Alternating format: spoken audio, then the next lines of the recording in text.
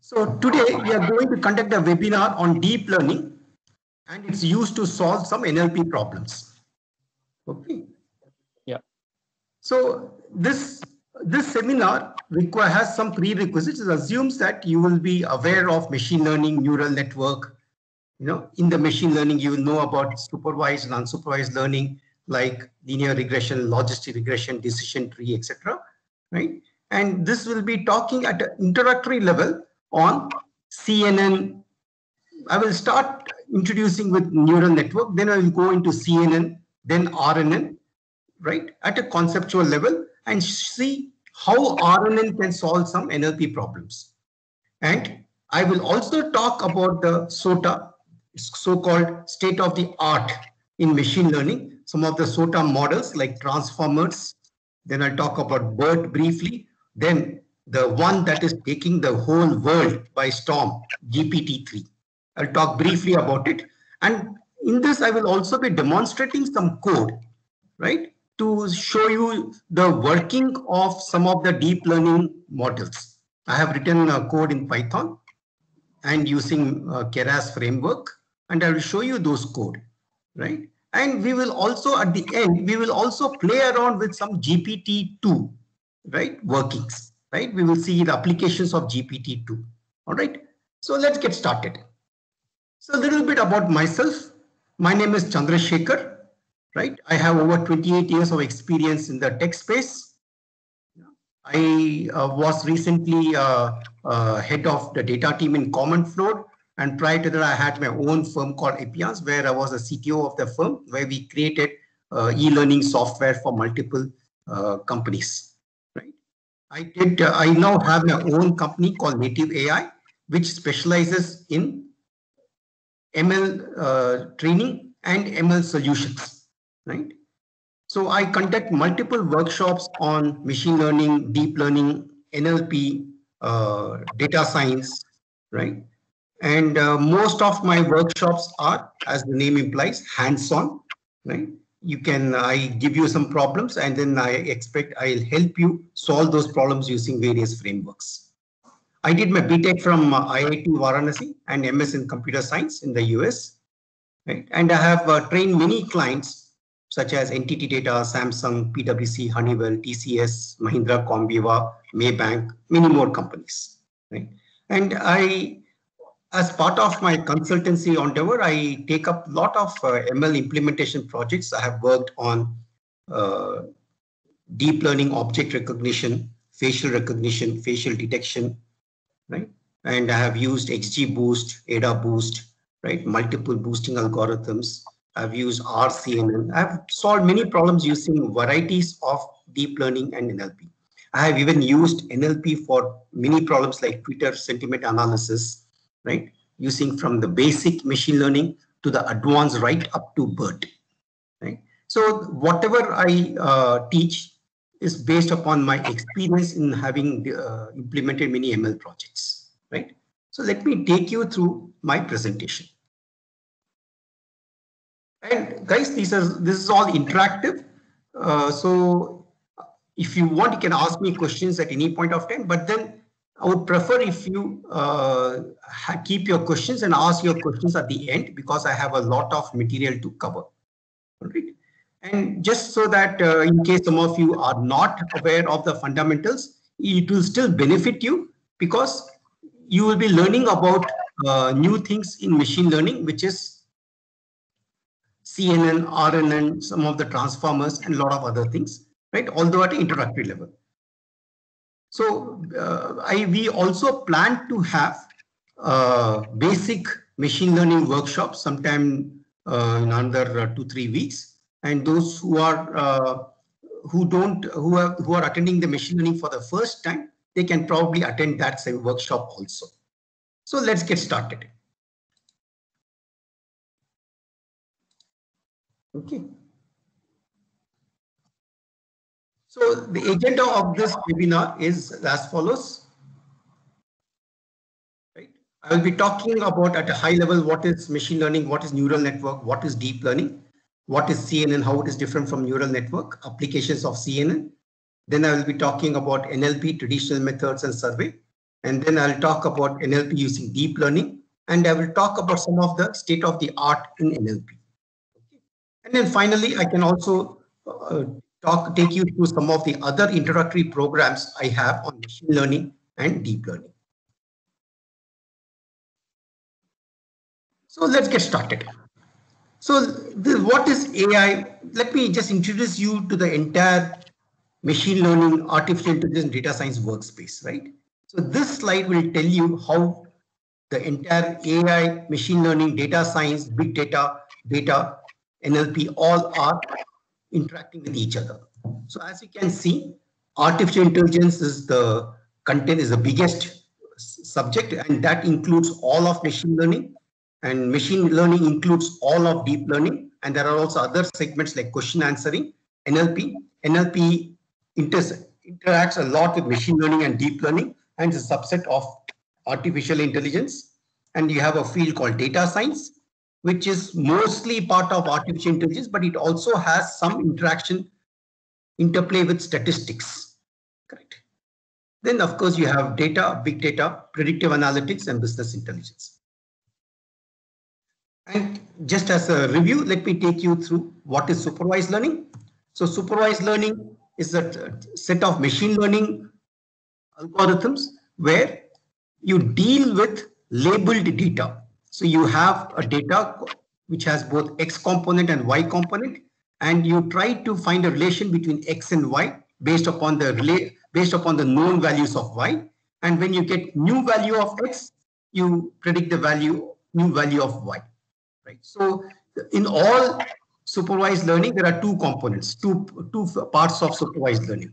One is called training, second is called prediction. It's in the training where you use various algorithms to find a relation between X and Y. Correct? And once you find a relation between X and Y, it could be a mathematical relationship, it could be a data structure relationship, it could be anything. It could be a mathematical if you are using parametric machine learning, in which case you will be using linear regression, logistic regression, neural network, etc. And or even a name base. And it could be a non-parametric relationship, in which case you will be using k nearest neighbors or decision tree. Okay. So I have already introduced you to all these algorithms. Let me just summarize those algorithms. Right. So in supervised learning, there are two types of supervised learning. One is called regression, another is called classification.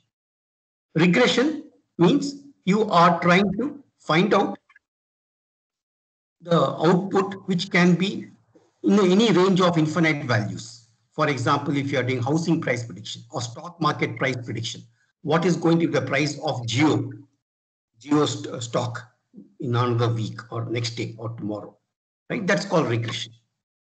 Classification is if you are trying to find out an outcome which is very, very finite. For example, will the price of Jio share go up tomorrow?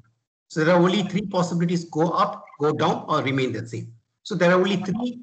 So there are finite number of output possibilities of Jio stock going up, go down, or stay the same. So that's called classification, right? So in supervised learning, there are multiple algorithms. It's called linear regression. As the name says, as the name implies, it's a regression, right? You can't use linear regression to solve classification problem. Logistic regression, unlike the name, it's actually a classification. It's not a regression. Logistic regression is used to predict whether true or false, 0 or 1, or where the outputs are finite number. Then you have k nearest neighbors that can be used both for regression and classification. Guys, I will not be going through all explaining what is linear, logistic, k nearest neighbor, because we have a very short time in this. I have a lot of material to cover. These were all, I'm expecting you guys to know about this, but in case you don't know, it's okay. We can cover that in a different webinar. Okay. Then you have decision tree. Decision tree can be used both for regression and classification. Then decision tree, there are multiple types of decision tree. You have bagging, boosting, XGBoost, AdaBoost, random forest, etc. And name-based classifier, primarily used for classification, although in some areas you can also use for regression. sorry, is primarily used for classification, and support vector machine primarily used for classification, and in some cases you can use for regression, and neural network you can use both for regression and classification. And next part is the deep learning, which is what I'll be covering now. Deep learning includes neural network, right? So deep learning includes neural network, convolutional neural network, recurrent neural network, LSTM, GRU, and a lot of other algorithms, right? So this is what we have right now. This is the basics of supervised learning. Now let's go into neural network and deep learning. What is a neural network? So neural network are a system of software or hardware patterned over how the neurons work in human brain. It has a large number of processes operating in tiers, right? So let me explain to you how a neural network looks like. Right? So let's look at this, right? So this is a neural network. So this is layer 1, layer 2, and this is the output layer. So you have the input, let's say there are two inputs. That two inputs means two features, x1 and x2. x1 and x2 go to the first layer, then it goes to second layer, then goes to the final output layer, right? So what happens in neural network is input goes to the first layer. First layer does some computation and does some calculation called A, right? So computation, some computation called Z and some calculation called A, right? So using the output of hidden layer 1, output of unit 1 of hidden layer 1 is sent to all the neurons in the next layer, right? So output, so A1 goes to unit 1 of hidden layer 2 and unit 2 of hidden layer 2. Likewise, A2 goes as input to unit 1 of hidden layer 2 and unit 2 of hidden layer 2. And likewise, A3 goes as input to hidden layer 2, unit 1, hidden layer 2, unit 2, right? So basically what happens is input comes to the neuron does some processing inside this, and whatever is the output that goes as input to the next layer, right? This is how a human brain also works, right? I'm sure you would have heard of the terms neurons in the human brains, neurons, synapses, right? Axons and dendrites. Axons is the place where all the whatever input you get in the neuron that's processed and some more potential is applied and some new signal is transmitted to the next neuron. So when it's transmitted to the next neuron, we say it is going to the next layer in the neural network. So in this case, I have shown you a neural network which has one input layer, two hidden layer, and one output layer. Right? So neural network can be of any depth. The deepest neural network has been a ResNet created by Microsoft, which has 150 hidden layers. Hidden layer 1, hidden layer 2, hidden layer 3, up to 150. So you could have arbitrarily any number of hidden layers as you want. This is how a neural network is conceived. Right? So if you look at it, neural network is a kind of like linear and logistic regression. This slide will show you that. See, in a linear regression, you have x1 and x2, weights are w1 and w2, and that's a bias b. So you know that I calculate z1 equal w1 x1 plus w2 x2 plus b.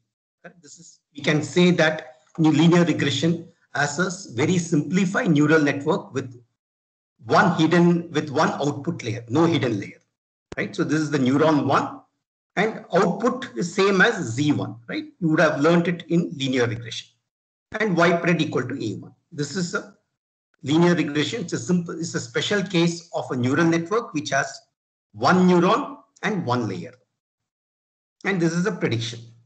This is a regression problem. Logistic regression, similarly, we can liken it as again a neural network which has one neuron and one output layer. X1, X2 are the input, W1, W2, and in linear regression, A is equal to Z, which is W1, X1 plus W2, X2 plus B, whereas in logistic regression, A equal to 1 by 1 plus e to the power minus z1, where z1 equal to w1 x1 plus w2 x2 plus b, right? And we say y pred equal to whatever is the value of a1. If a1 is greater than 0.5, y pred equal to 1. If a1 is less than or equal to 0.5, we say y pred equal to 0, right? This is how logistic regression works, right? And this is a binary logistic regression for simplicity's sake, right? If you have multiple classes to be predicted, you use multiple algorithms, one versus all, right? And other things, which I will not cover through. That's part of logistic regression. And this is how a neural network works, given just a few math, x1, x2. So you have weights. This is what you call as learning. These are the weights, W111, W121, W211, again, W112, W122, right? These are the weights, right? So again, you have in neural network, you have W11 because you want to capture the weight as it goes to the different neurons. So X1 going to first neuron in layer 1 will have different weight than X1 going to second neuron of the first layer, right? That's why you have different values of weights.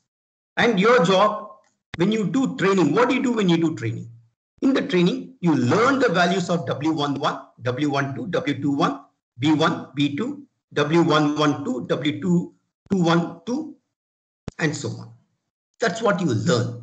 That is the job of a neural network training. And I will not cover through this. So how do you learn? So you go through a process called gradient descent. So what you do is you first calculate Z1, 1, Z2, 1, then calculate A1, 1, A2, 1, then from then you calculate Z2, Z1, 2, then you calculate A1, 2, then you calculate Y pred. So it is the way of from X1 computing the final value is called forward propagation, right? Believe me, till about 1980s, neural network only had forward propagation. We didn't have any way of learning. So now we have, so the beauty about machine learning is the way you train W's and B, the way you learn W and B is based on some numerical method. You go by approximation, right? So you assume some values, some random values of W's, and you maybe assume B1 to be 0. And once you assume random values of that, you get an output, right? Once you get the output, you compare the output with the actual value, right? Once you compare the output with actual value, you see there's a difference.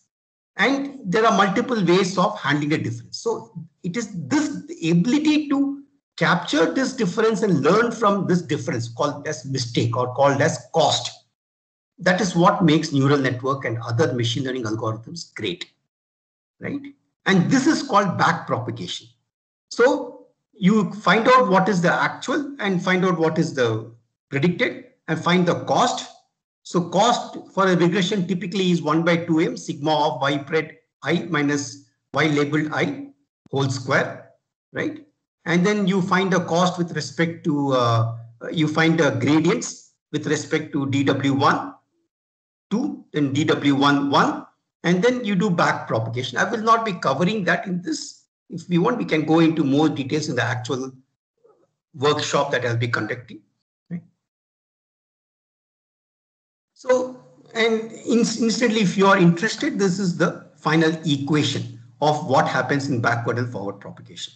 Right? So this is what we calculate the gradients.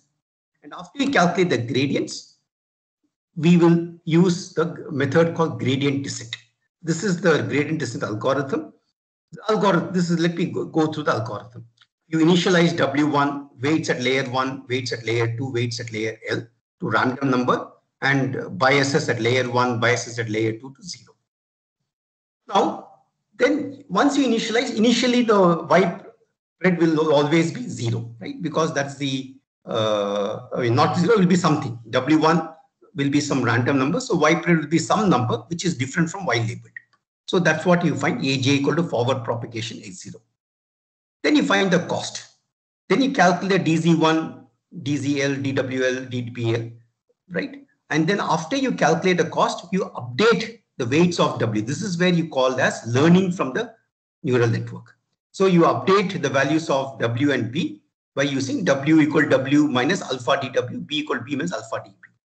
Keep doing that. Now, many times it happens that if you iterate where n is a large number, let's say 10,000 or 1 million, at some point of time, right, the cost will not change. Previously, cost was probably initially maybe 1,000. It may come down to 800, then 100, then let's say it comes to 8, then 7.9999, 7.9999999. It does not change much. So if the cost does not change, we can say let's exit.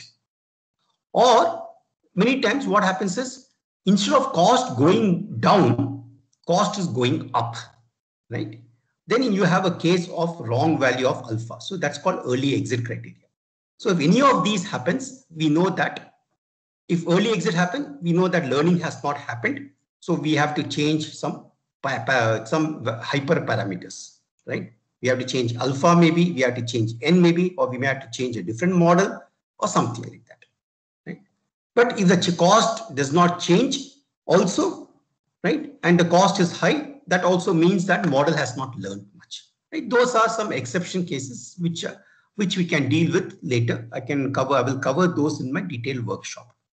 At the end of this, you have something called, you would have learned the values of W and B at all layers, right? Then we say training is complete. Now, once the training is complete, what's the advantage of that? Now, whenever a new data X comes, you just have to do forward propagation of the new data. And whatever value you get, that will be the output. So that will be the predicted value of neural network. So therefore, all machine learning algorithms, as you know, have a training phase and a prediction phase. So this is the training phase. After the training phase gets over, it would have learned the values of W and P. It will learn the values of W111, W121, W211, B11, B21, W112, W122, right, and B12, and all that. Once it has learned, then you can do a forward propagation. All right. So that is neural network for you guys. Now let's go into deep learning. So deep learning is a type of machine learning that learns to represent the world as nested hierarchy of concept, abstracted over simpler features. So what happens is, in the early stage, you look for simpler patterns, right? You look for simpler patterns and say, okay, let me look for edges. Let me look for horizontal edges. Let me look for vertical edges. Let me look for corners. Then I may say, let me now recognize a nose. Let me now recognize eyes, ears, etc. So in the early stages, right, it first tries to detect edges.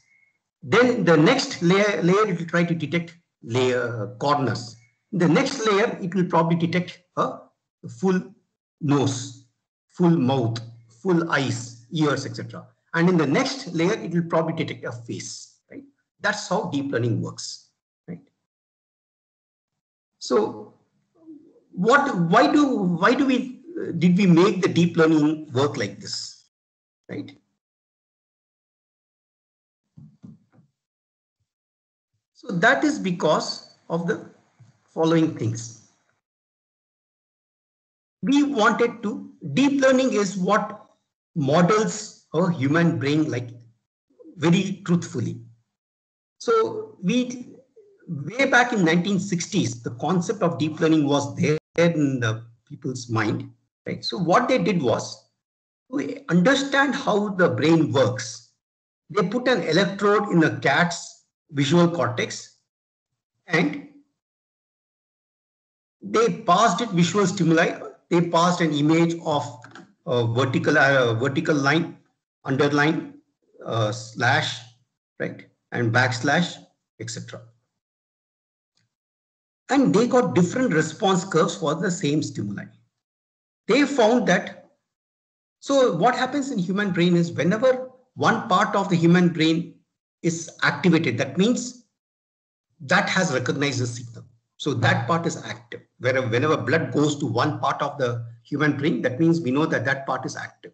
So when they showed things like vertical square, underline, etc., they found signals being triggered from earlier layers, right? So earlier layers recognize the circular regions as well as this simple images like horizontal line, vertical line, etc. Then the later layers recognized oriented edges. So backslash, forward/, backslash, etc. Right? Then the next levels of cells responded to light, orientation, and movement. Right? And the hypercomplex cells respond to movement of an endpoint and corners. So this kind of established a brain hierarchical processing of input. You will see that in another example. Let's say this will demonstrate how a human brain works. Okay. So this is actually a medical scientific paper which kind of measures what happens when you touch an object, right? So first, or what happens when you see an object? First, it goes to a retina, the eyes, right? By the time it comes here, it takes 20 to 40 milliseconds, right? Then it goes to LGN, right? That's one part of the brain. Then it goes to visual cortex, where it detects edges and corners. So by the time it comes to the visual cortex, it has taken 40 to 60 milliseconds, right? After it goes to the visual cortex, it goes to one more region of the brain. Then it comes to intermediate, one more part of the brain, which recognizes intermediate visual forms and it groups those features. By the time it comes here, it takes 60 to 80 milliseconds, right? Then finally, it comes to this place, this area, where it recognizes high-level object, right? And this description, it's at this point, right? It knows when you see a face, it recognizes that it's a face and whether I know that person or not. You don't get to know that at this point. You get to know that at this point, right? Which is, it will take you 100 milliseconds to recognize from the time you see a person. After that, it goes to prefrontal cortex. That is when you make a categorical decision. Is he a friend or a foe? Should I go towards him and say hi? Should I smile at him? Should I show a sullen face because he's not returned all my calls? All that decision making will come here. You call that, let's say you have called a person, he's not returned a call, and you may want to show your face saying, hey, how come you're not returned my calls, right? All those decisions are taken here. But those decisions are taken only after you recognize this information about that person's face, right? And based upon that, it signals to the premotor cortex and motor command, right? And then it signals to spinal cord, and based upon spinal cord, it does the corresponding action. Either go towards him to hug him, stretch, offer his hand, or do namaste in this pandemic times, or maybe step back, say, I don't want to see him, right? All those decisions are taken here and enacted when it comes to the spinal cord. So finally, if you look at it, from the time it comes to your input, from the time it comes to your eyes, it takes between 180 to 250 milliseconds for you to do some action, right? So that is a human response time. So from this, you see that there is a hierarchical concept involved in human brain. And this is exactly what deep learning tries to do.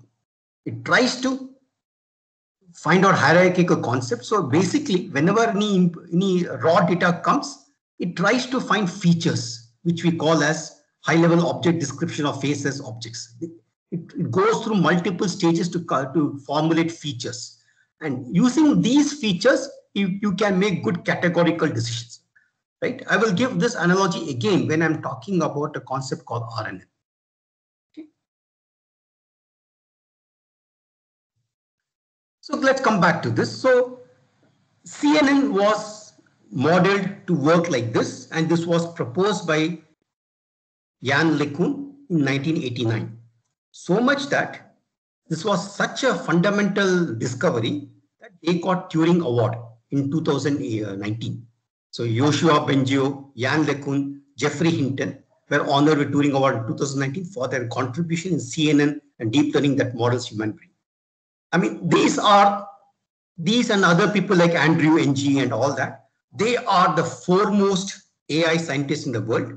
Almost most of the good papers have their names in it because they would have reviewed, so they are such prolific researchers and readers that they would have read almost all the papers. Okay. Now, I will not go too much into the math of a CNN because we will not be having much time in this. I'll be talking briefly about what a CNN can do. CNN stands for Convolutional Neural Network. It's also called ConNet. Right? Where are the CNN used? Of course, they are used for image detection, face detection, stride record detection. So if a person covers his or her face, by the manner he or she walks, we can discover the stride, even if her face is covered. Right? And it can also be used to detect, are you tired? It can also be used to detect your emotion. Are you happy? Are you sad? It can be used as a gatekeeper also for an ID match. And it's actually been used for airport check-in, at least in Bangalore International Airport and Hyderabad. We call it Telangana. They are doing this as a pilot. It can also be used for retail inventory tagging. It can be used for object detection in the regions. And I'll come to the last one with a demonstration. It can be used for sentiment detection and polarity of comments decision. And I have used CNN for a number of cases, like detecting scratches on the mobile handset automatically, detecting vegetables and other objects. I used CNN to detect a auto tag Indian toilet while I was working in Common Floor. Right, as part of whenever you upload an image in when you want to rent your apartment or any property or sell any property, you are required to upload images of all the rooms, right? And also you are also supposed to label your room saying this is a bedroom, bathroom, balcony. But we did a special POC where we automatically recognized this image to be a toilet, and this did not require a user to label it as a toilet.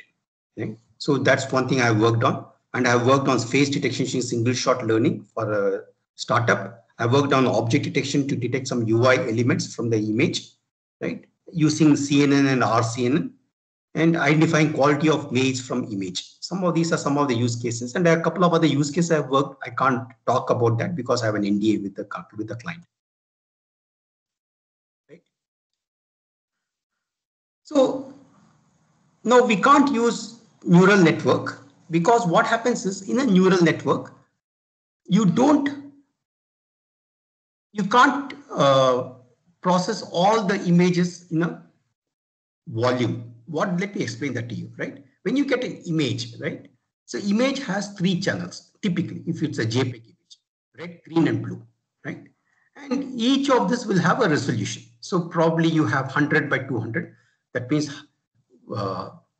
height is 100, width is 200. So 100 by 200 of red, 100 by 200 of green, 100 by 200 of blue, right? So what you do in neural network is neural network cannot process multi-dimensional input for image. So what you do is you flatten that. So you first collect, let's say 200 by 100. So 200 by 100 also it cannot process. So it will say 200 by 100, you flatten it into 100, 200 is like 20,000. So 20,000 rows of red, then 20,000 rows of green, then 20,000 rows of blue, right? So totally you have 60,000 rows, 20,000 into 3. So what happens is, so in an artificial neural network, all this image comes as a flattened image. So problem with this is, one, it learns hard-coded locations of the object in the image, right? And if we see eye in one place, it will know eye only in the second place, right? If you move the image slightly different, then the position of eye will come probably from second pixel to maybe 20th pixel. So it will think of that as a new image. It will not learn, right? Those are the limitations of a neural network.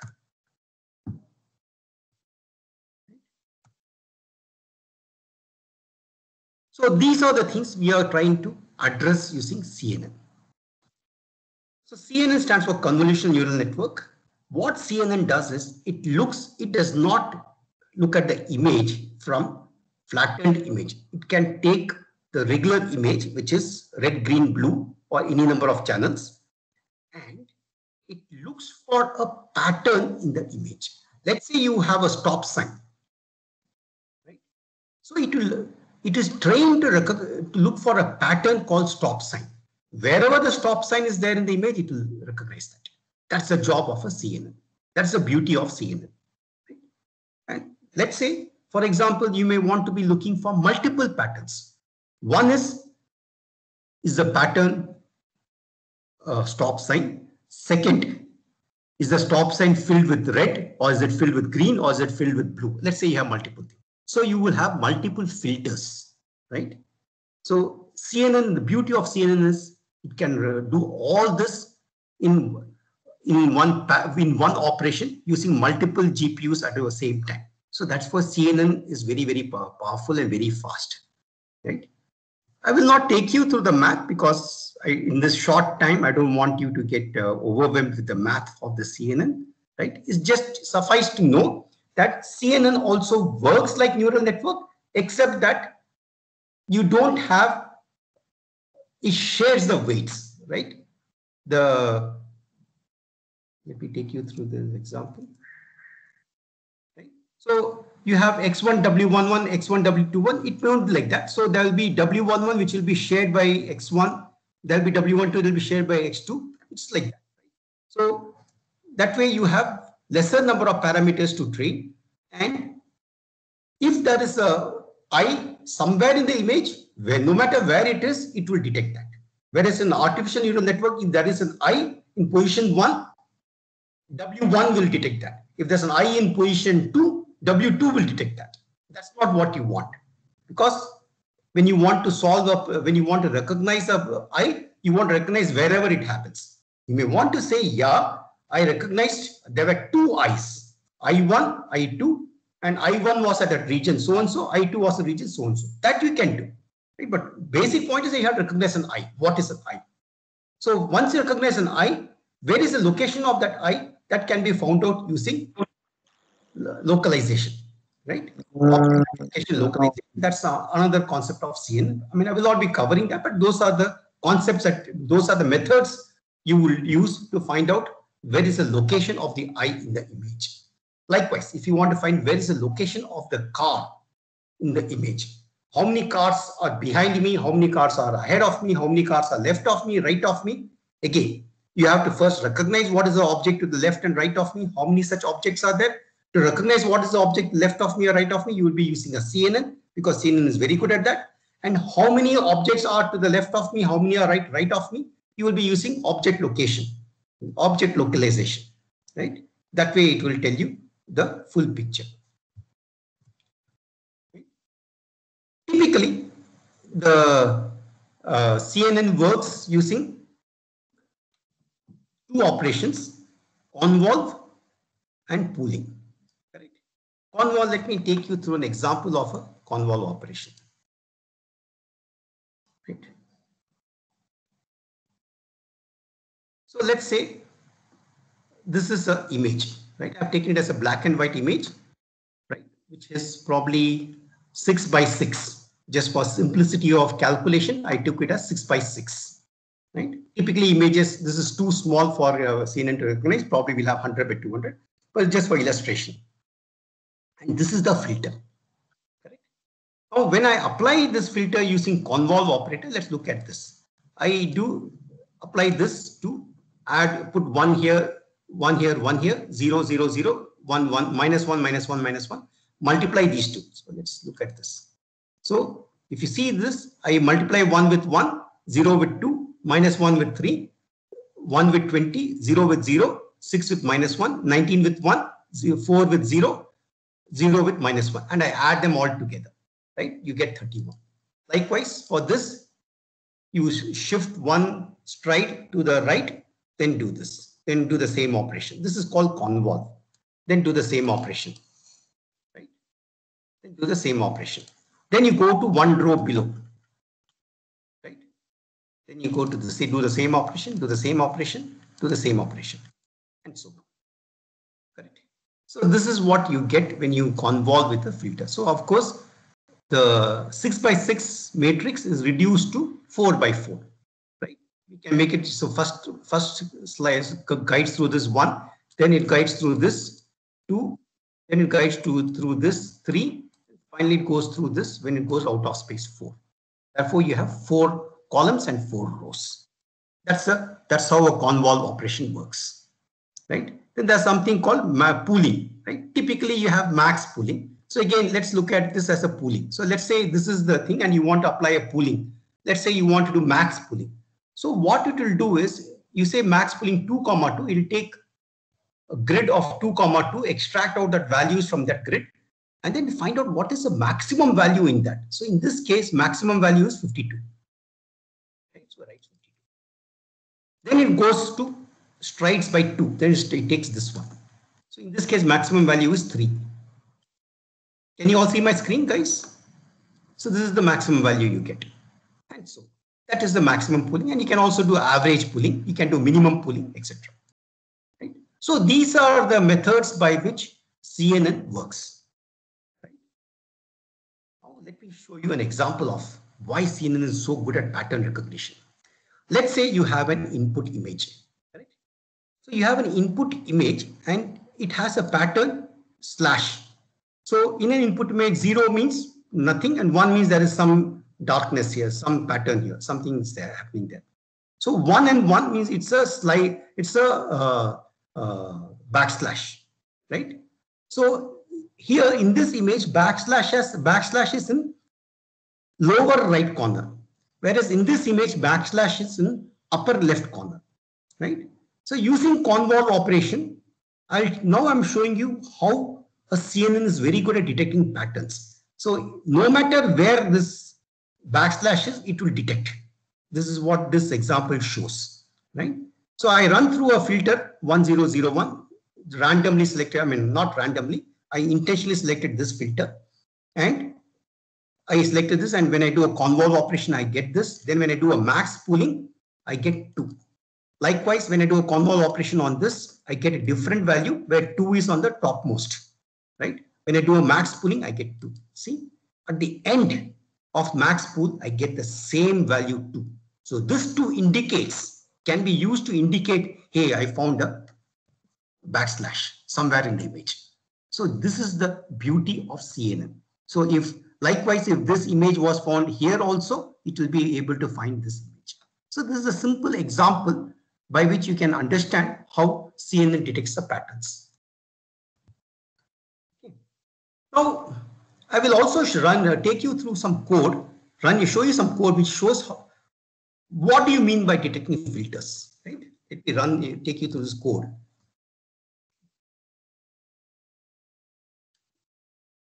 Right. Let me show you the actual image. Yeah. So this is the actual image, elephant.jpg, right? So I'm going to be running through multiple filters and then show you what really happens in those, how it is processed, what's the result of that processing. The first process I did was getting the vertical edges. Right? So this is the image. When I get the vertical edge, this is how the new image looks like. This is very useful. See, for doing lot of processing, you don't need to have the rich image. You just need to have some features. So vertical edges is one such features. Right? So it's going to run through, it's going to get all edges.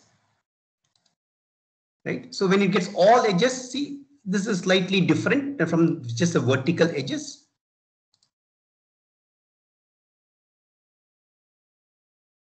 I'm going to run through multiple filters: vertical edge, all edge, sharper image, horizontal edge, blur, horizontal lines, vertical lines. See, this is the sharper image of this, right? Look at this. This is a very much sharper image. So this is the result when I apply a sharp image filter.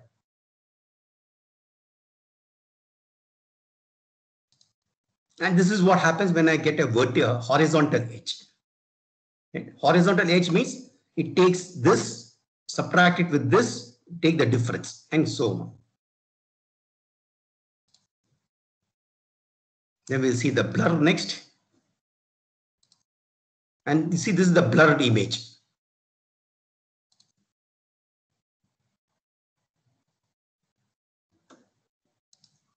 And this is the horizontal lines building.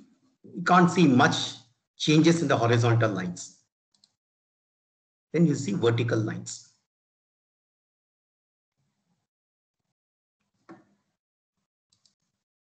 Okay, see the vertical lines, right? So this is all edges. It looks for -1, -1. This is the filter I use for all edges, right? So sum of all this will be 0.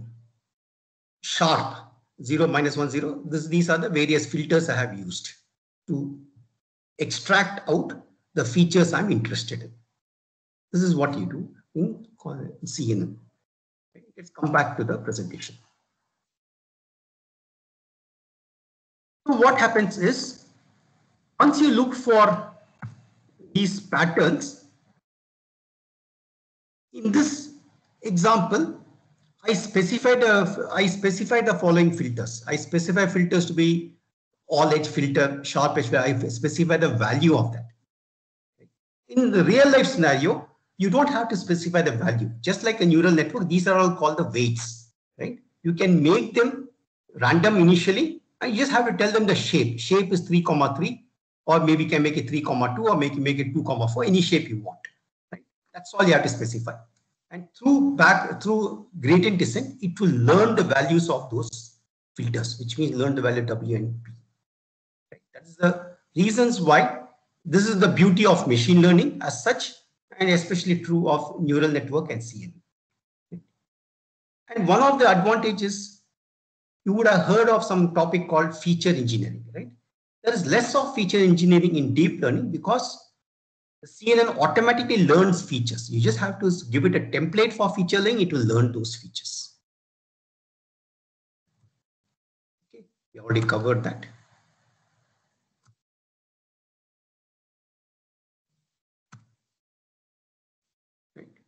So some of the things about other things about CNN is it takes up much lesser memory than the neural network. It shares parameters, shares weight with all neurons in a particular feature map. It has a concept called local connectivity, where each neuron is connected to only a subset of input image. Right? This introduces a number of parameters. So we have already shown that convolution is location invariant. So that means if you see a pattern, if the pattern is there in the image, no matter where that pattern is, it will detect that. I've shown you with an example. Okay. So there are multiple, beauty about CNN is there are multiple networks that have already been pre-trained. You can download those pre-trained network and then use them. And there's a special filter called convolve the filter of 1, which will reduce the total number of parameters drastically. And that was used by in the Inception network building block and GoogleNet.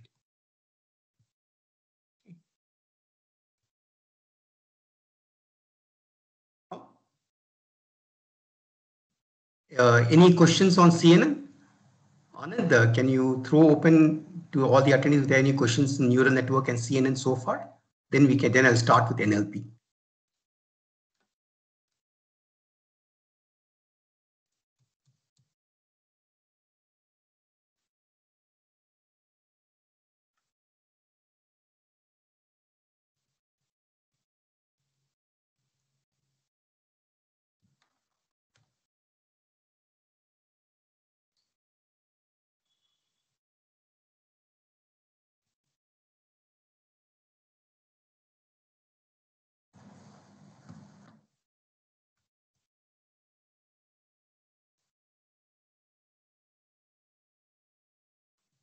Okay, so let's go to NLP then.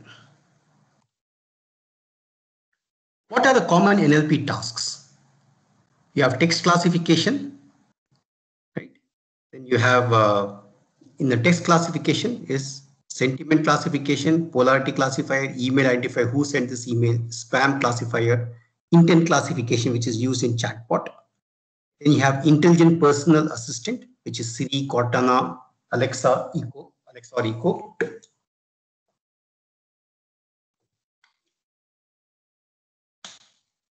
Then you have machine translation, which is text to speech, right? Or speech to text, or convert speech from one language to another. That's called machine translation.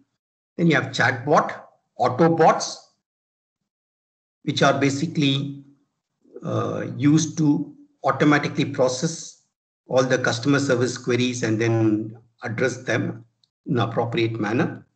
Right? It could be just, the scope could be just find out what is positive, what is negative, or it could be directed to appropriate person, etc. Reputation monitoring. Then you have a class of NLP applications called named entity recognition.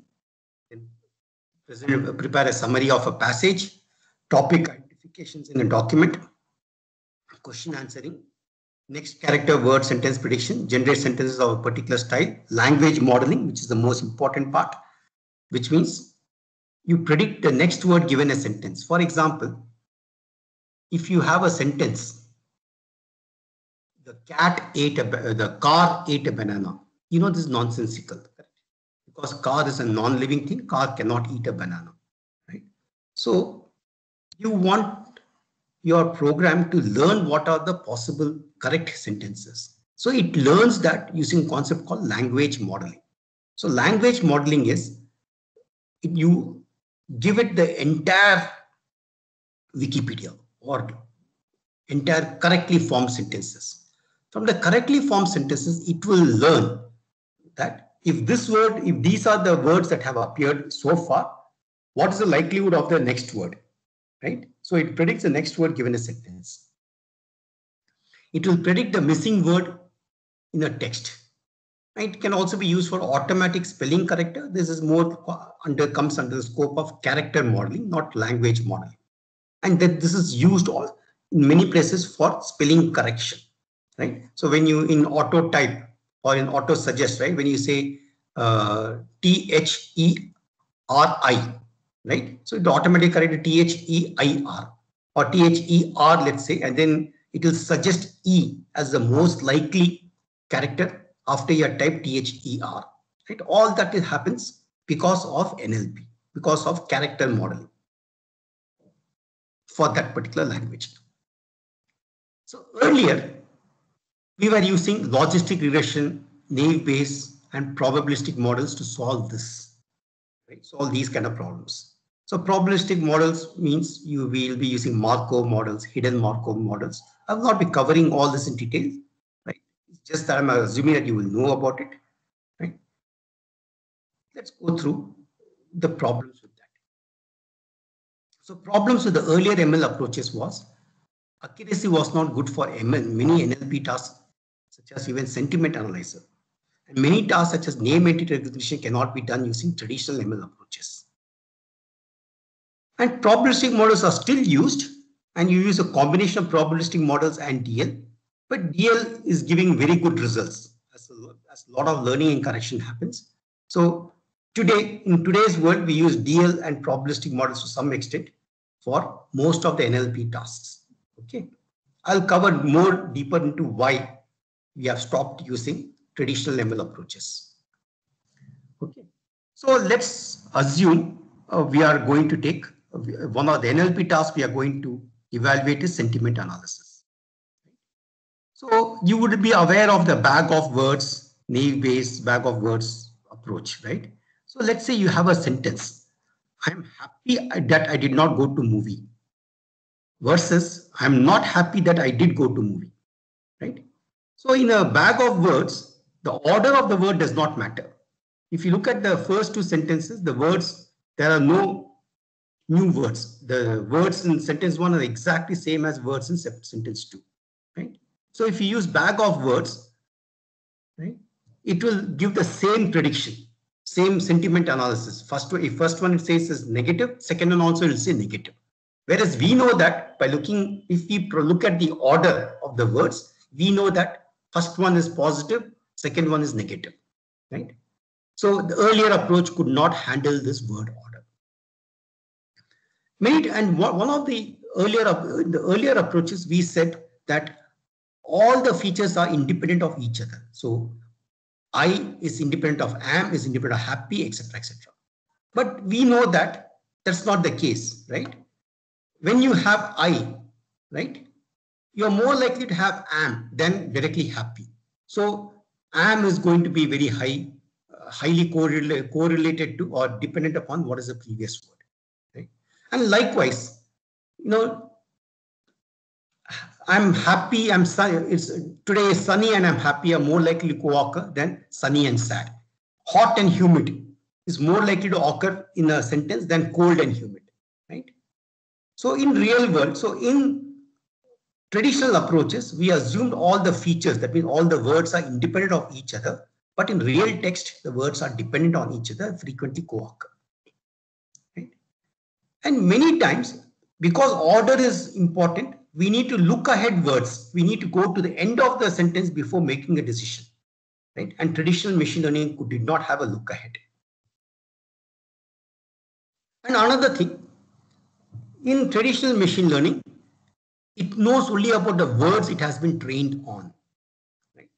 So let's say, and if it encounters a word it's not been trained on, it initializes them all to something called Laplace smoothing, which is basically to ensure that you don't get 0 by 0 or error kind of thing, right? So it initializes all unheard, unknown words in the actual prediction set as some standard same initialization value. For example, if you have a word tasty in the training data, and in the testing data you have a word delicious, and delicious has not been encountered in the training data, right? So delicious will have some initialization value, but we know that delicious is very close to tasty. So tasty and delicious have the same meaning, but the earlier NLP approaches did not capture this. Then second, another problem with earlier NLP approaches where, let's say you have a sentence, this movie is not bad, right? So you see, not bad. Not bad means it's actually pretty good. I mean, it's a positive sentence, right? It's a positive sentiment. But in a traditional 1 gram approach, if you say, it will process it as double negative, because not is associated with negative and bad is associated with negative. So not bad, double negative. So definitely a negative. You can handle that by, instead of having 1 gram, you handle that by gram, right? But then if you have a sentence called not so bad, right, then it will miss that, because you could have not so bad, etc. It will not look at not so bad together, right? And plus, if you have bigrams and trigrams, it will take longer processing time and more memory for it to handle all that. And what do you do in case the monogram gives positive, bigram gives negative, trigram gives positive? You have all those other concerns also. This is where deep learning comes to the rescue. So deep learning includes the following family of algorithms: neural network, CNN, RNN. RNN includes LSTM, GRU, bidirectional, deep layer, ELMO, and transformer and transformer based, which is BERT, transformer based or BERT, transformer XL, GPT-2, XLNet, DistilBERT. Then the latest craze in the world, which has touted to have taken the world by storm, which is GPT-3. I will talk briefly about GPT-3. GPT-3 was released on June 11, 2020.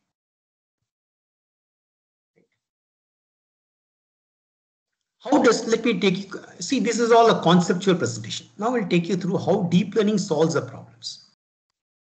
The handling of unknown words in test set. We can represent words in numeric space that will help us relate words together. So as I told you, if it encounters a word tasty in the training, but it does not encounter a word delicious, which was not there in training, right? We can handle this by some concept called word embedding, right? So we would have trained all the words tasty, all the words in the vocabulary to a numeric value, right? Word could be a 50-dimensional vector of numbers. So tasty will have a 50-dimensional vector of numbers, and delicious will have another 50-dimensional word vector of numbers, and they are probably close to each other. Handle sarcastic and double negative words in the text. CNN is good at detecting patterns and RNN is good at detecting these. We will see through an example, right? Handle word order and use word dependence. So both CNN and RNN can handle this as they look for patterns. So for example, in fact, if in a sentence I have Bill and I met Bill Clinton during the guided White House tour. The president was very warm and effusive. So using RNN, we can correctly label the first Bill as a person and the second Bill Clinton as US president by using bidirectional RNN. Right? Or let's say another example. In the sentence, I plan to watch the movie with my friend. He later called me and canceled the plan. Hence, I did not. Right? So the correct answer is I did not go. Right? But so in an RNN, it will look for the entire sentence, starting with I plan to watch, and then you predict I did not go or I did not do something related to go. Whereas if you use bigram and trigram model, right, it will find, let's say we use X, we use trigram model, right? It will find the word X, which most likely occurs with just the phrase did not X. Right? It will not continue. It will not include I plan to watch the movie with my friend. He later called me and canceled plans. Hence, I did not. It will not take the full sentence as a context. It will take only a partial phrase as a context. And obviously, this will not be correct. Correct?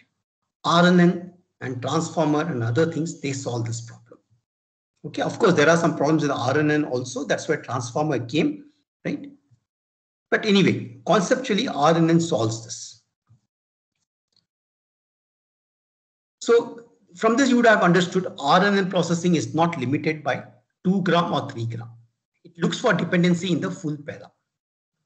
In fact, you do not need to specify upfront how many words to consider before or afterhand. RNN, the way it works, it processes the first input of the text, stores some internal state and propagates that information it has processed, called the context, to the next input step, then keeps on doing it until it has gone to cover all the words. Can we use artificial neural network? Not really, because in artificial neural network, all inputs are treated as independent of each other. So we cannot handle a sequence of data. Right? And in artificial neural network, if there is a pattern did not happen in the first 4 words, it will be triggered as part of W1. If you say did not in the 6th, 7th, 8th word, it will be treated as W2 somewhere else. So therefore, it's not capable of knowing the shared weights. Okay. And also, from what we have learned so far, ANN will require large number of parameters than a CNN or an RNN. And also, for different NLP tasks, we have different types of output. For a sentiment analyzer, we want to say given a text has only one output, is it positive or negative? For a language translation, English to German, right? So the English may have, one sentence may have 5 words, the German, that same sentence may have only 2 words or maybe 10 words, right? So number of output words is not constant, can't be predicted, right? Whereas ANN requires everything to be predicted beforehand. Then take example of name entity recognition, right? So in the name entity recognition, after every word you have to say, is it an adjective, is it a verb, or is it a person, is it a place, is it a geopolitical institution, geopolitical entity, or is it a currency? After every word, you can't, or is it nothing? You can't do this using artificial neural network. Let me explain you about sharing features learned in one position. Let's look at this example. Sandhya loves coding. Sandhya also reads a lot. Here the first position is a name and it is learned by weight W1. The fourth position is also a name, but in AN that will have different weight W2. So W1 and W2 are the same. That CNN and RNN will recognize that, but artificial neural network will not recognize that. So we have to know that this Sandhya and this Sandhya mean the same, right? But ANN will not know that, right? And many times, when you see a sentence, I will show you some examples. You see the context, you learn the context only at the end, right? For example,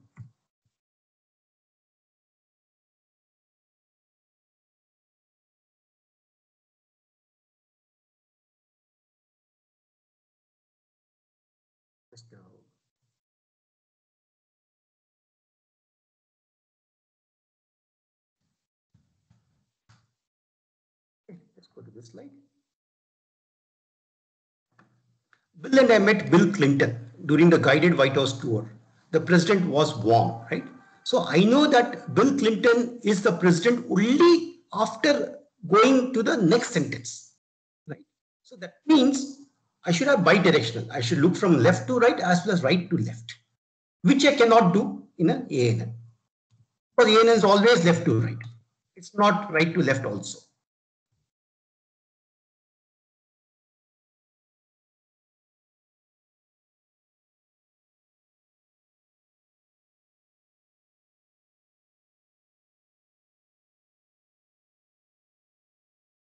Can we use CNN?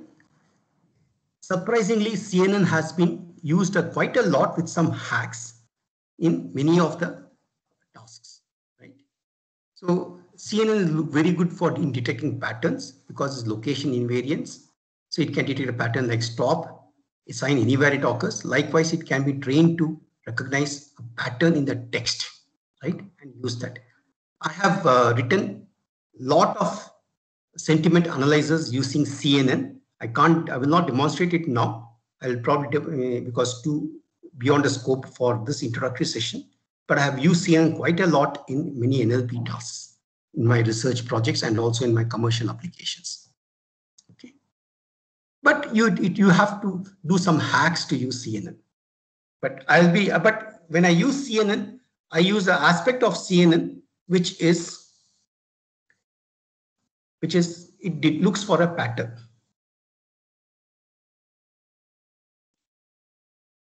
Right. So this is the intuition of how you can use CNN in the text. Right. So in CNN, you can look for a pattern of, you can actually look for bigrams, trigrams, and any number of n-grams in parallel. And then you can concatenate them all together and then find out the result. Now, one of the things I told you about is what do you do when you encounter an unknown word? So that is done through a concept called word embedding. So what happens in word embedding? I will not take you through how word embedding is learned, right? That's more detailed, but it's just a conceptual, right? Each word in the language is represented by a matrix of n-dimensional floating numbers. You can choose a dimension. You can say 5-dimensional. That means each word is stored as a 5-dimensional matrix, which means 5 columns, and each column will have a one floating point number, right? So when you do that, so what happens is this is learned by, this is an unsupervised learning method where there are multiple ways of learning using CBOW and skipgram, right? So you feed it the text, paragraph of text, and it sees the words which are closely associated with it, and it learns that these words are related. Correct? And it finds the closeness of two words using the cosine distance, which is A dot B divided by magnitude of A divided by magnitude of B. So even if we encounter untrained one, it will handle this better. This is the benefit of word embedding. And word embedding as a concept was first discovered by Thomas Mitoloff in 2013, right? And Thomas Mitoloff proposed a neural network based CBOW and skipgram. And this was improved by Dr. Pennington of Stanford University. He created a glove model. Now let's come to RNN. RNN is another part of deep learning. So what is an RNN? So in the previous section, when we covered about CNN, ANN, and traditional ML algorithms, we found that ANN to some extent and CNN could not solve. CNN could solve some problems, but not all problems. So summary limitations of ANN and CNN were you could not handle sequence data where inputs are not independent but dependent. It could not detect long-range dependencies, especially remember the context. For example, remember Bill and I met Bill Clinton in the guided White House tour, right? So and the president was warm and effusive, right? So it has, in order to know that Bill Clinton is president, it has to store the context of Bill Clinton towards the end of the paragraph. You could not handle that using ANN and CNN. And ANN and CNN could not handle cases where outputs are many, right? German to English translation, or English to French, or English to Hindi, English to Tamil. You could not do that because number of words in different languages are different. And the grammar and the sentence structure in English is different from sentence structure in French, right? Or sentence structure in Tamil. And you could not handle these efficiently with minimal parameters for training. Okay. So RNN is used as a algorithm to process sequential data. So sequential data could be text, sequence of words and characters. So in an RNN, input will be a sequence of data, output can be a sequence of data, or it could be just a number, or it could be a value, true, false, etc. So input could be audio, input and output could also be audio, input could be a video, a sequence of frames, output also could be that, time series, hospital census, stock data. So this is how, so the RNN can process sequence of data that are closely related to each other, are not independent. Right? So let's consider the statement. While my friends had ice cream, as I had a high fever, I did not have the. So predict the missing word after this, right? So let's see how RNN can do this. Okay. So the way I will do is, let's say this is a sentence. Can you all see my screen? I had high fever. So in the cold winter, I did not have fill in the blank.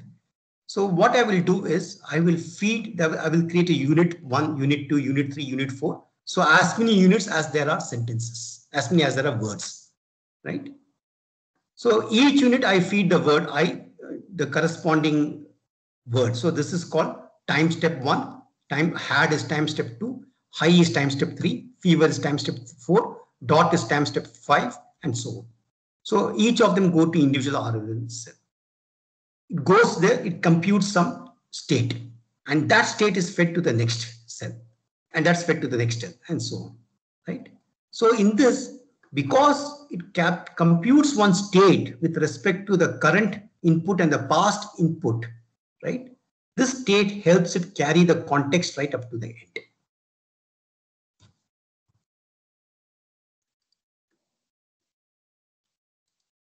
Let me show you another example. So in this case, I want to capture fever. Fever is key point here. Because I have fever and because it's a cold winter, I don't want to have ice cream. Others are not so relevant. So how do I capture the importance of that? So there's something called a context. Right? So initial context is 0. Then it computes a new context based upon seeing I and previous context. Then it gets H1. Then based upon H1 and had, it computes a new context H2 and so on. Right? Ultimately, it will probably figure something cold, ice cream, milkshake, etc. I should not have in the cold weather.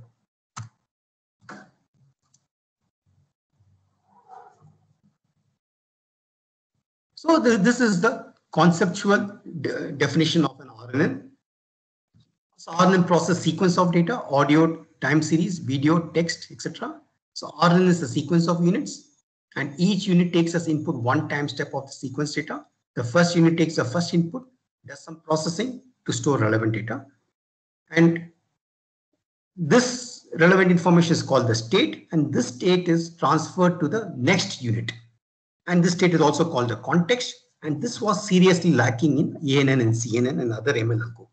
Because we are able to get the context by just using some combination of neural network, we are having a powerful representation for learning long-term, long-range dependency.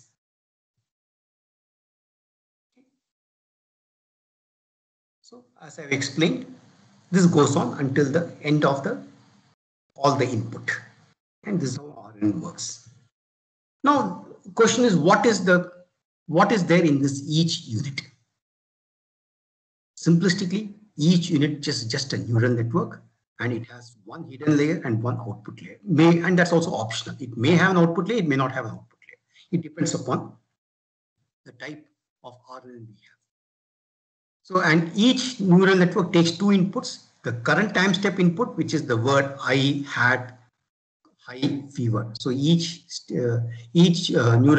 unit will take corresponding time step and the previous hidden state as the input. Then it computes a new state, and using the new state computes the output, both of which can be further processed. And this new state goes as input to the next NN unit. That's how a simple neural network works. Okay. This is the simple architecture of the neural network. I don't expect you to understand that right now. I'm showing if those who are already aware of this, right? So ht minus 1, h time step t minus 1 is the input for time step t, compute ht, xt, and produce output ht, which goes as input to t plus 1 unit, and so on.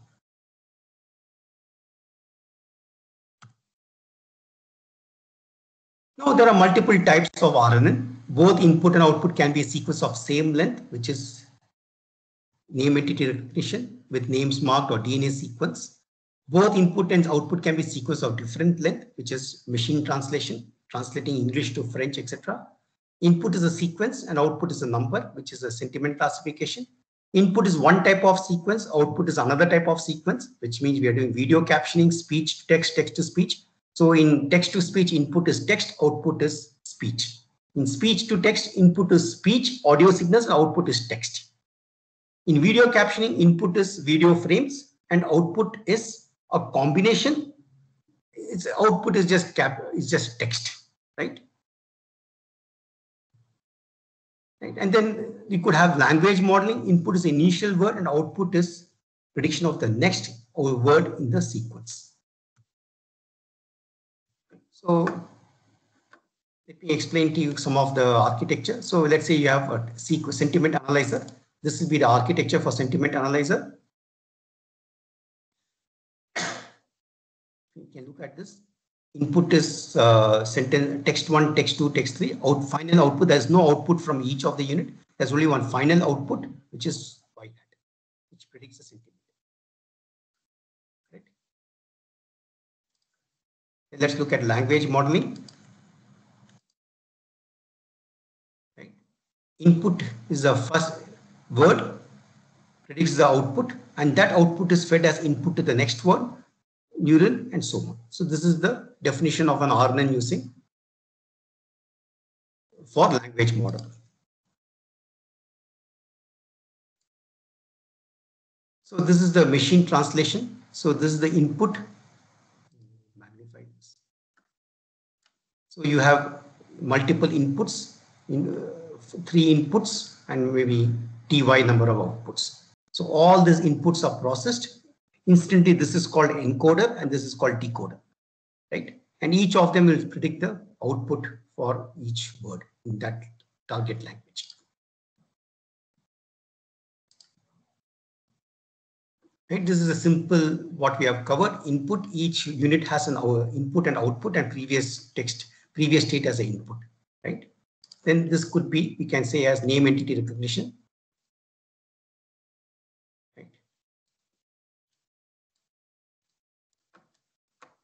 So x1, x2. So y1 is subject, x2 is verb, etc. Given a sentence. So example is the rioters in Bangalore were detained. The first word, the expected sentiment is 0. There's no sentiment here. Rioters 0. This is 0. Bangalore. Bangalore, you say it's a geographical entity. So we say beginning of geo, were detained. Right. So this is the example of a name entity recognition. And then you have single direction multi-layer RNN, right? So this is multi-layer RNN. I'll be covering those in more deeper in actual workshop. Bidirectional RNN with example. Let's say, for example, you want to process a sentence, Paris Hilton was livid. So here we want to say, our intention is we are referring to the socialite Paris Hilton, right? But when you look at Paris, we don't know whether it's a city or something else. So to know that, you need to have bidirectional neural network, bidirectional RNN. So bidirectional RNN, you look ahead and then you see from reverse and then together you make a decision. I'll be covering these in detail in actual workshop. Okay. So this is what we did in RNN. But still, after a lot of trials, we found that RNN was not very good at long sentences. Learning was not good at long sentences. Right? So one of the problems you had in this was you had vanishing gradient and exploding gradients. Right? Vanishing gradient means the learning rate was very close to zero. Exploding gradient means the learning was so high that it became infinite, not a number. So in both cases, learning was not happening. So we addressed it to some extent by adding GRU, LSTM, skip connections, right, and batch propagation through time. But still, it was not good for long sentences, right? And for sequence to sequence, we had something called encoder and decoder, but encoder output was a single vector which represented all the sentences that we saw, but that was not sufficient for long sentences. And as each of these input were processed sequentially, it took too much time for training. Right? That is when we came up with something called state-of-the-art architecture, state-of-the-art models called SOTA. Then came some of the state-of-the-art. First one is ELMO. Second one is transformer. So ELMO is still RNN, but ELMO solved one problem. Right? Let's say you had a word, I love orange juice, and orange is my favorite color. If you use traditional word embedding, in both the sentences, orange will have the same value of the vector. Right? So the traditional word embedding, like word to vec methods like cbow or negative sampling or skipgram, or even glove, right? They were context free. They didn't understand the context of the surrounding words. So you know that this orange refers to eatable and this orange refers to color, right? ELMO addressed that. So you give it the sentence, then it will give you the embedding for each of the words based upon the context. That was beautiful. So that was discovered, I'll tell you when. That was discovered in 2018. ELMO was discovered, released in February 2018. Then came the one which released by Google called Transformer. That took the word by storm.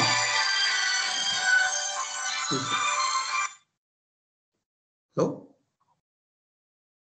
Hello? Who's this?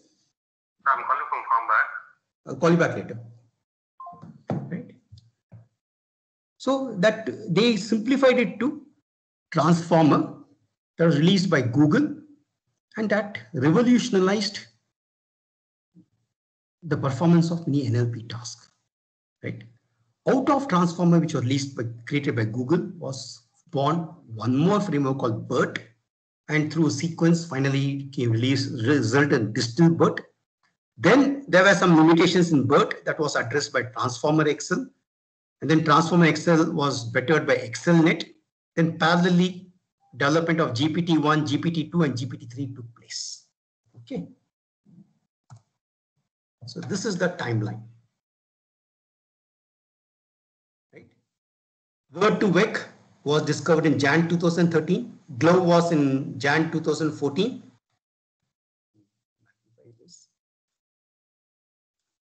Transformer was discovered in June 2017. ELMO is independent of Transformer. That was started out with Glove, February 2018. BERT, as a result of Transformer, discovered in October 2018. GPT-2 was discovered in October 2018. Sorry, Jan 2019. XLNet in July 2019. Roberta, DistilBERT, and finally GPT-3. GPT-3 was discovered in June 2020.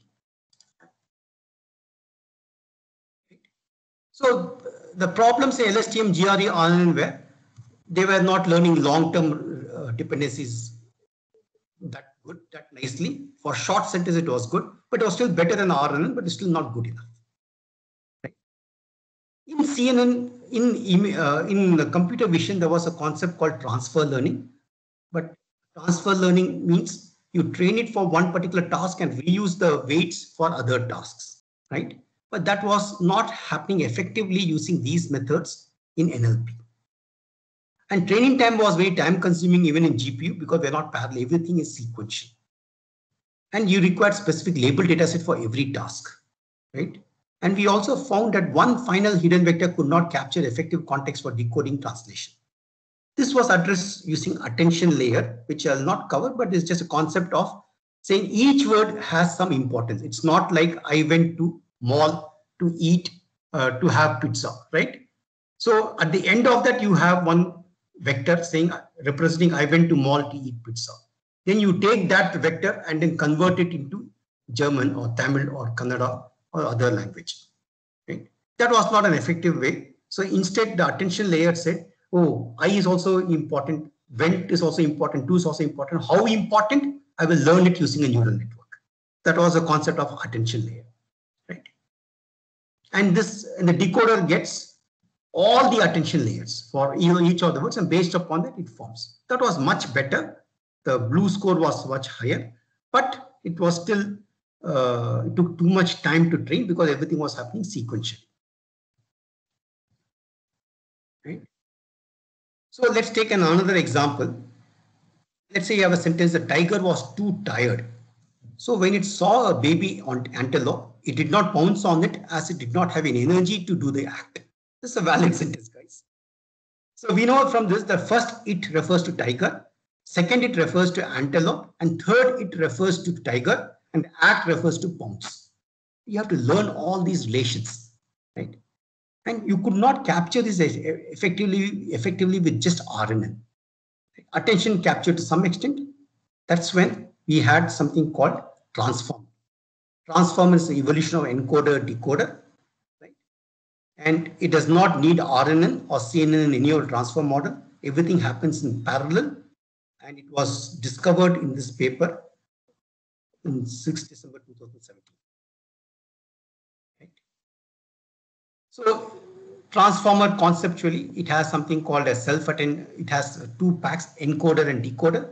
Encoder, number of encoders is equal to number of decoders, and encoder has something called the feed-forward network, and then it has something called self-attention layer. Self-attention layer says how important each word is with respect to other words. That's where it looks for left to right to left also, right? And based upon that, it does some calculation to see the importance and feeds to the next layer of encoder, then goes up until the last layer of encoder. And after all that, the output of the last layer of encoder goes as input to all the decoders. Now, one of the things that in NLP we learned was the best NLP task to train, which will result in very good transfer learning, is the following. You train it on a language model, right? So you feed it on multiple billions of words occurring together, and based upon that, it will learn one representation, right? Extract the features. Using that feature, you can use it for any downstream task, right? So the first thing that we did was we did language modeling training using the transformer, and out of which was born, some weights were computed, and those are available as open source to everyone. Then from that, we came up with BERT, then we came up with Transformer XL, then XLNet, then Roberta, then DistilBERT, then parallel we came with GPT-1, GPT-2, and GPT-3, right? I will not be covering all those in details here. Probably in a workshop we can cover that. Then I'll talk about GPT-3 models. So GPT-3 stands for Generative Pre-trained Transformer 3, developed by OpenAI. So initially when they started, it was supposed to be a not for profit. But seeing the power of GPT-3, they have changed the intention from non-profit to profit-based. And this has also been invested. Initially, it was invested only by Elon Musk, Sam Altman, and others. But now Microsoft has also come into this and has invested $1 billion. We don't know the GPT-3 architecture because it's not released to the public. Architecture is not released to the public because they plan to license the GPT-3 model as an API. And this was based on GPT. It's rumored that it's based on GPT-2. GPT-2 was never released to public as it was deemed to be too dangerous for public. And it can be potentially misused. You can create fake news out of that. I will show you some examples of GPT-2 working. So the application of GPT-3 can be used for language model, machine translation, question and answer, sentiment analyzer, language comprehension, write SQL queries, write Excel formula, take inputs for UI design, create the design, write code, chatbot, generate text given a subject and maybe a sample paragraph. I will show an example of this using GPT-2. Add numbers, subtract numbers without knowing the arithmetic principles, right? It will say 1 plus 2 equal to 3, 99 plus 10 equal to 109, just based upon the pattern, not knowing the concept. And exceed the SOTA of best models using for specified tasks like question and answering. Okay. And what is GPT-3? It's a language model. Its USP is the extent of usage and ease of usage in different NLP tasks. So transfer learning with very less fine tuning. So you can do transfer learning with just fine tuning, or a few shots learning, train with much smaller data set, maybe 5 to 10 examples as you do in chatbots. One shot learning, train with single example. So you download the weights, give a sample data set which has one row of X and one Y value. Zero shot learning. You just say, I want to translate this to this, right? So GPT-3 is very good in zero shot learning and few shots learning. Right? It has 96 decoders and 96 attention heads. And it has trained the largest number of parameters called, and that is 175 billion parameters. Okay. It's an auto-regressive model.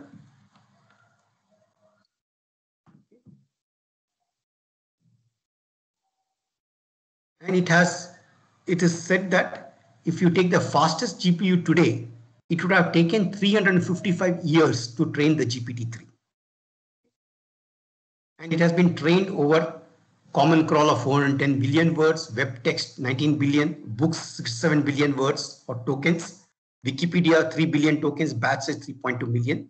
And it has been trained on varieties of text like coding manuals, news articles, recipes, poetry, fan fiction, religious prophecy, and many kinds of text.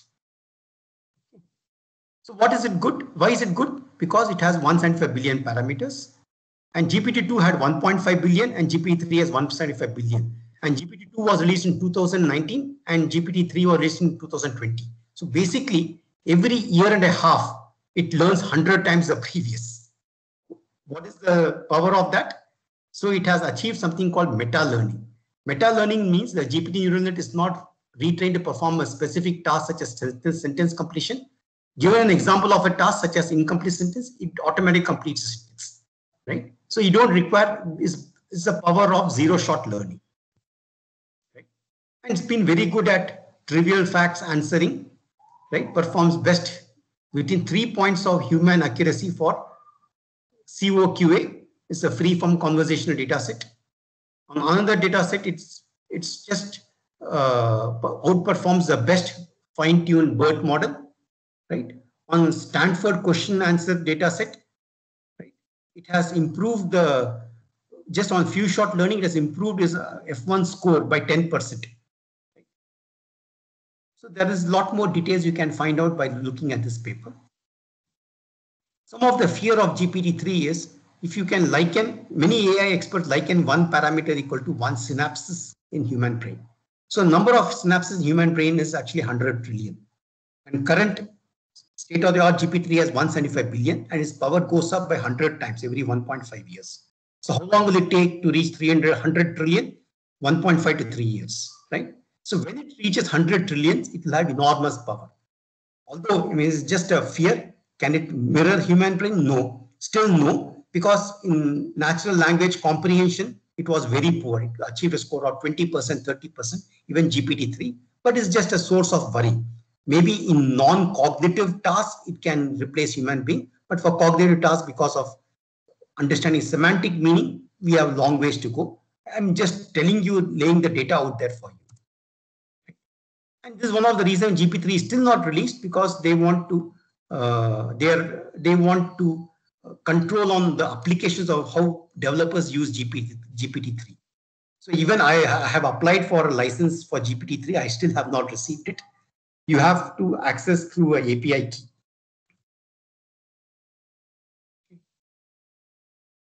So let's do some fun with GPT-3. Okay, let me show you some example of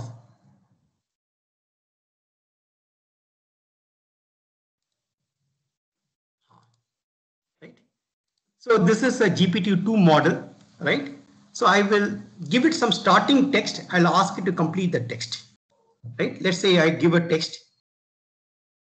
India did well, right? Occupying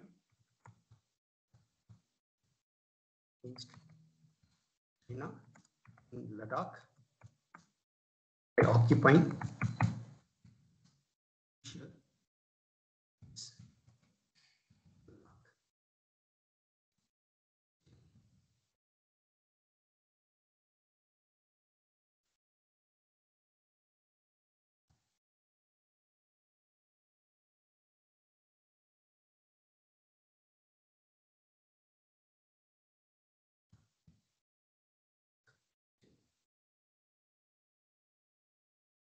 China.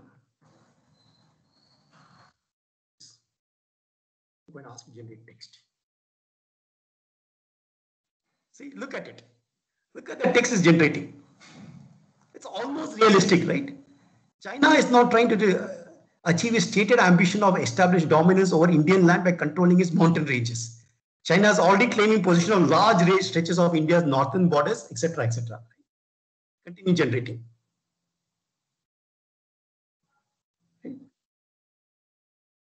Of course, I mean, look at this way.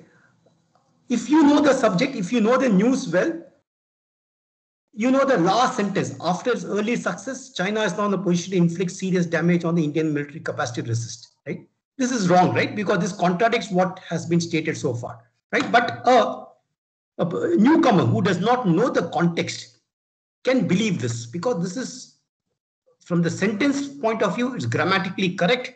It seems to make sense. Of course, there are some logical inconsistencies. That's expected because this is just language modeling. This is not semantic modeling.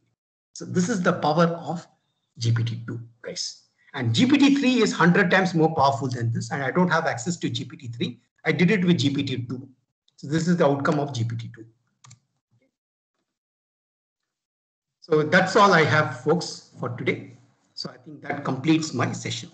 And I'm now opening this floor for any questions, any Q&A.